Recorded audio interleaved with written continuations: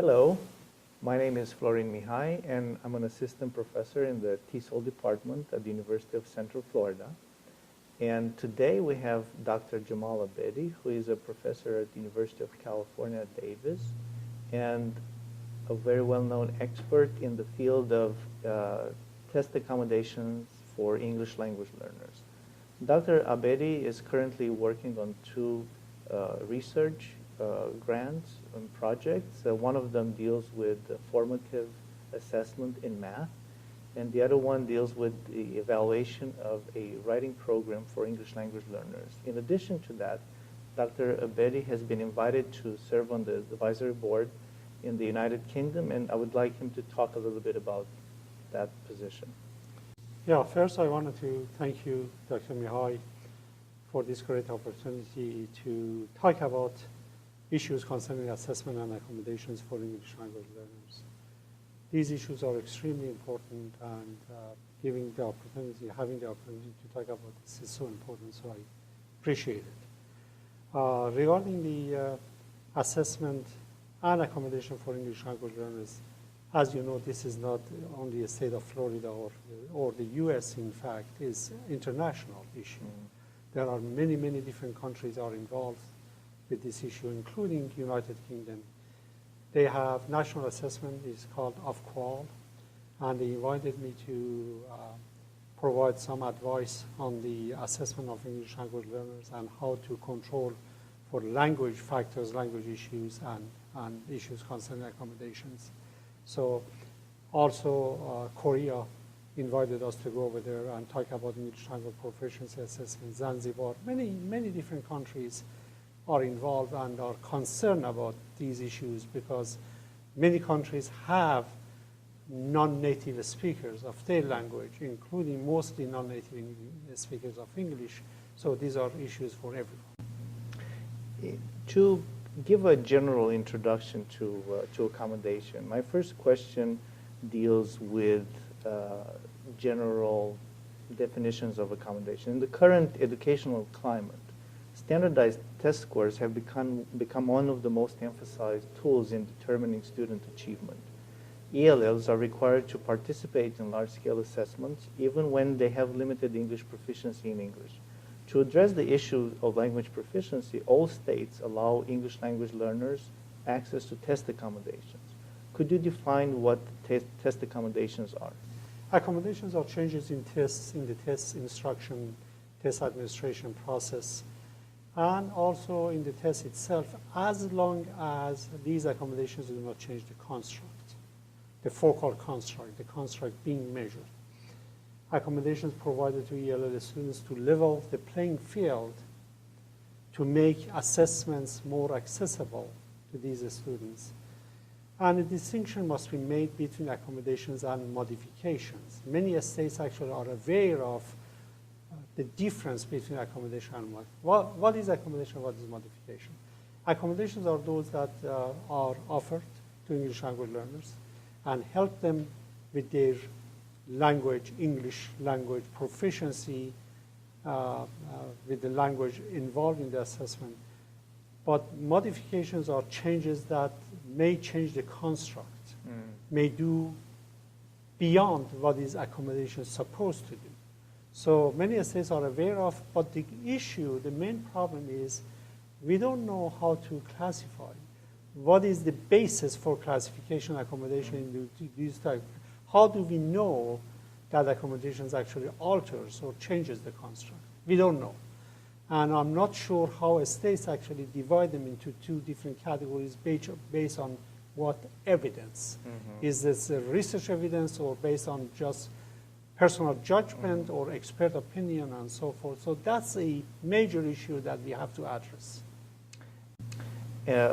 We mentioned the fact that one of the reasons ELLs should be accommodated is their temporary, and I emphasize their temporary limited English proficiency. Could you expand on that and provide us with other reasons why ELLs should have access to test accommodations when taking large-scale assessments? Right. The main reason for accommodations to be provided for English language learners is to because of their possible English language deficiency, may interfere with the content knowledge. If they have the content knowledge, and in most cases they do, but they don't have the language to actually express, define, present their content knowledge, then we don't have a fair assessment for English language learners, because it's a language that is preventing them to get higher score and present their knowledge, not the content knowledge. They do have the content knowledge. It's always a problem whenever you take a content area test. Absolutely. Is it a content area assessment of knowledge, or is it language proficiency? Absolutely. So the content knowledge and language proficiency, in technical terms, we say are confounded. We don't know a low performance by ELL students is due to lack of proficiency, English proficiency, or lack of content knowledge, or a combination of both. We have no knowledge, we have no idea what's going to happen. So the best way to deal with this is to actually make assessment linguistically accessible, so the language has less impact. We cannot say language has no impact, always has impact, but less impact on assessment. So assessment may be culturally and linguistically biased for these students, and that's the reason they have to be accommodated, and assessment should be cultural bias free, free of bias for culture. And also linguistic complexity of assessment tool may be a source of measurement error in terms of psychometrics and reduce reliability of assessment. We are going to show you some analysis of national data, and you can see how much impact language makes on reliability of assessment. So assessment for ELL students are much less reliable because of language factors. Because of language factors, yeah. And also the language factors affects the validity of the assessment as a source of construct irrelevant. When a test item is so complex in language, it actually measures, as you very well nicely mentioned, two constructs. A construct that is relevant, let's say in mathematics, measures mathematics, and a construct that is irrelevant as a language. We should not measure a student's language ability in mathematics and science. We should measure a student's language abilities in reading language arts, not in mathematics and science. So, and we see that in math, especially the influence of word problems, where language is used to test math. Absolutely. We have some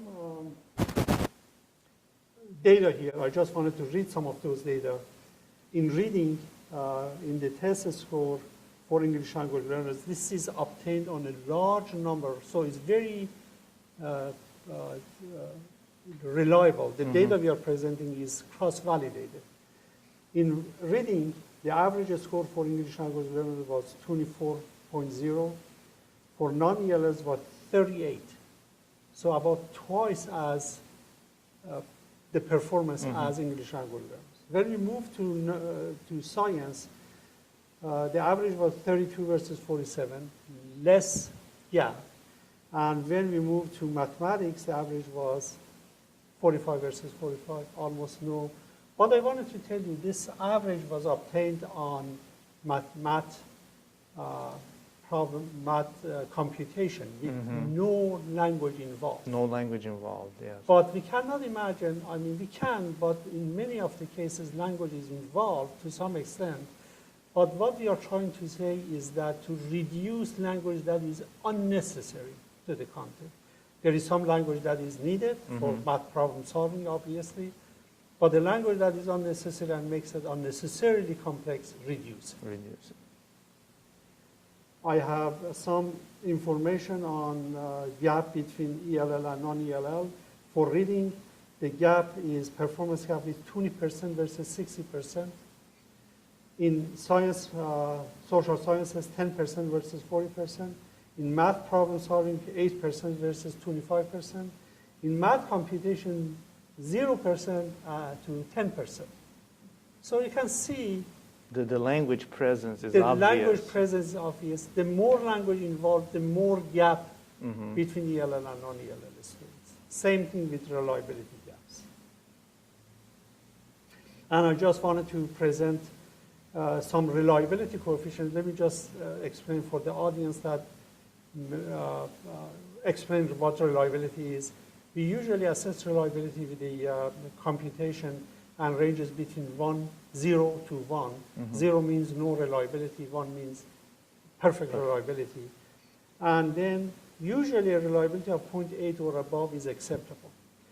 In computation, we had reliabilities for ELL were 0.6, 0.5, 0.5, 0.50, 0.55, and so many of the state assessments had reliability of much lower than acceptable. The assessments that are validated by the departments of education and other institutions. Yeah. And we talked about different issues with accommodations, and based on my research on ELL test accommodations for content area assessments, the most popular accommodation is giving ELLs more time to take the test.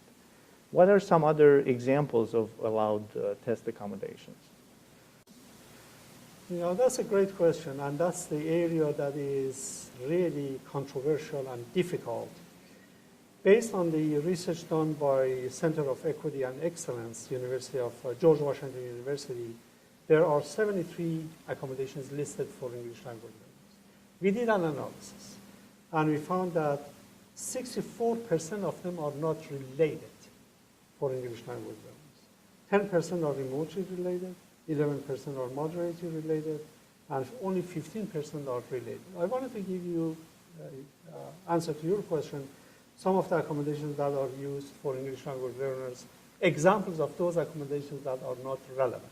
For instance, test takers makes answer in test booklet. That's one accommodation. And you can imagine that may not have much impact. Copying assistance provided between drafts. Test takers indicate answers by pointing or other similar method. Paper is secured to work areas with tape magnets. And that the last one was probably for students with disabilities. Clearly, many of these are not created, the ELL. Created and used for students with disabilities, but the states use it just for the sake of using some accommodation. Tests administered individually. Tests administered in small groups, and these are accommodations that are used by NAEP, National Assessment. Imagine we have a student coming to this country, fresh, not much knowledge of English, and then test him or her individually. What does that does? It doesn't help. It doesn't help. It doesn't help. We can provide them with more relevant accommodations. So, again, tests administered in location with minimal distractions. Clearly, another example of student with disability type of accommodations, yes. And I wanted to, again, go back to the issues concerning accommodation and modifications. We don't have much evidence, and states, when they categorize these accommodations into two categories, they don't provide. We don't see much evidence of why some of them are modifications and the states are not allowed to use them based on what evidence, what research evidence, they put them in these two different categories. I can go ahead with some examples of relevant accommodations. Relevant accommodations. So those are the accommodations we thought that are not relevant. They are copied exactly clearly from accommodations for students with disabilities with no relevance. But there are accommodations that are relevant to English language learners. For instance, bilingual version of the test, native language assessment. And I'm going to elaborate on that later in this conversation, that under certain conditions, that accommodations will be given. We cannot use it all the time. We have to be aware of some of them. Even though they are related, they are relevant, but under certain conditions they can be used. English or bilingual glossaries, customized English bilingual dictionaries, English bilingual commercial dictionaries, linguistically modified assessments, and computer assessments.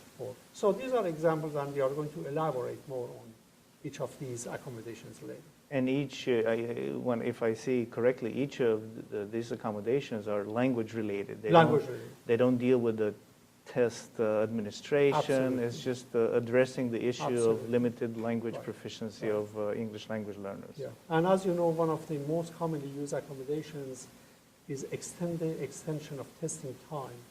Extension of testing time by itself may not be helpful, but for any of these accommodations, extension of testing time would help.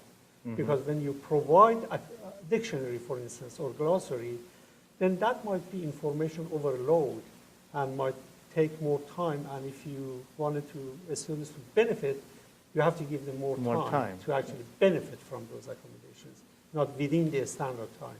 Clearly, they need more time. They need more time, yes. What are some conclusions that we might draw from this presentation on general information on accommodations?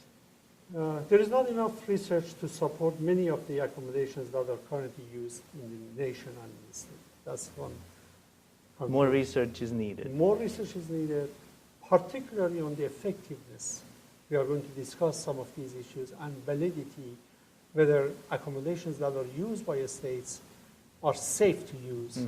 They do not change the construct. This is extremely important. The validity should not change in the construct. The only way to make judgment about the efficiency and validity of these accommodations is to use them in experimentally controlled type of situation for research purposes.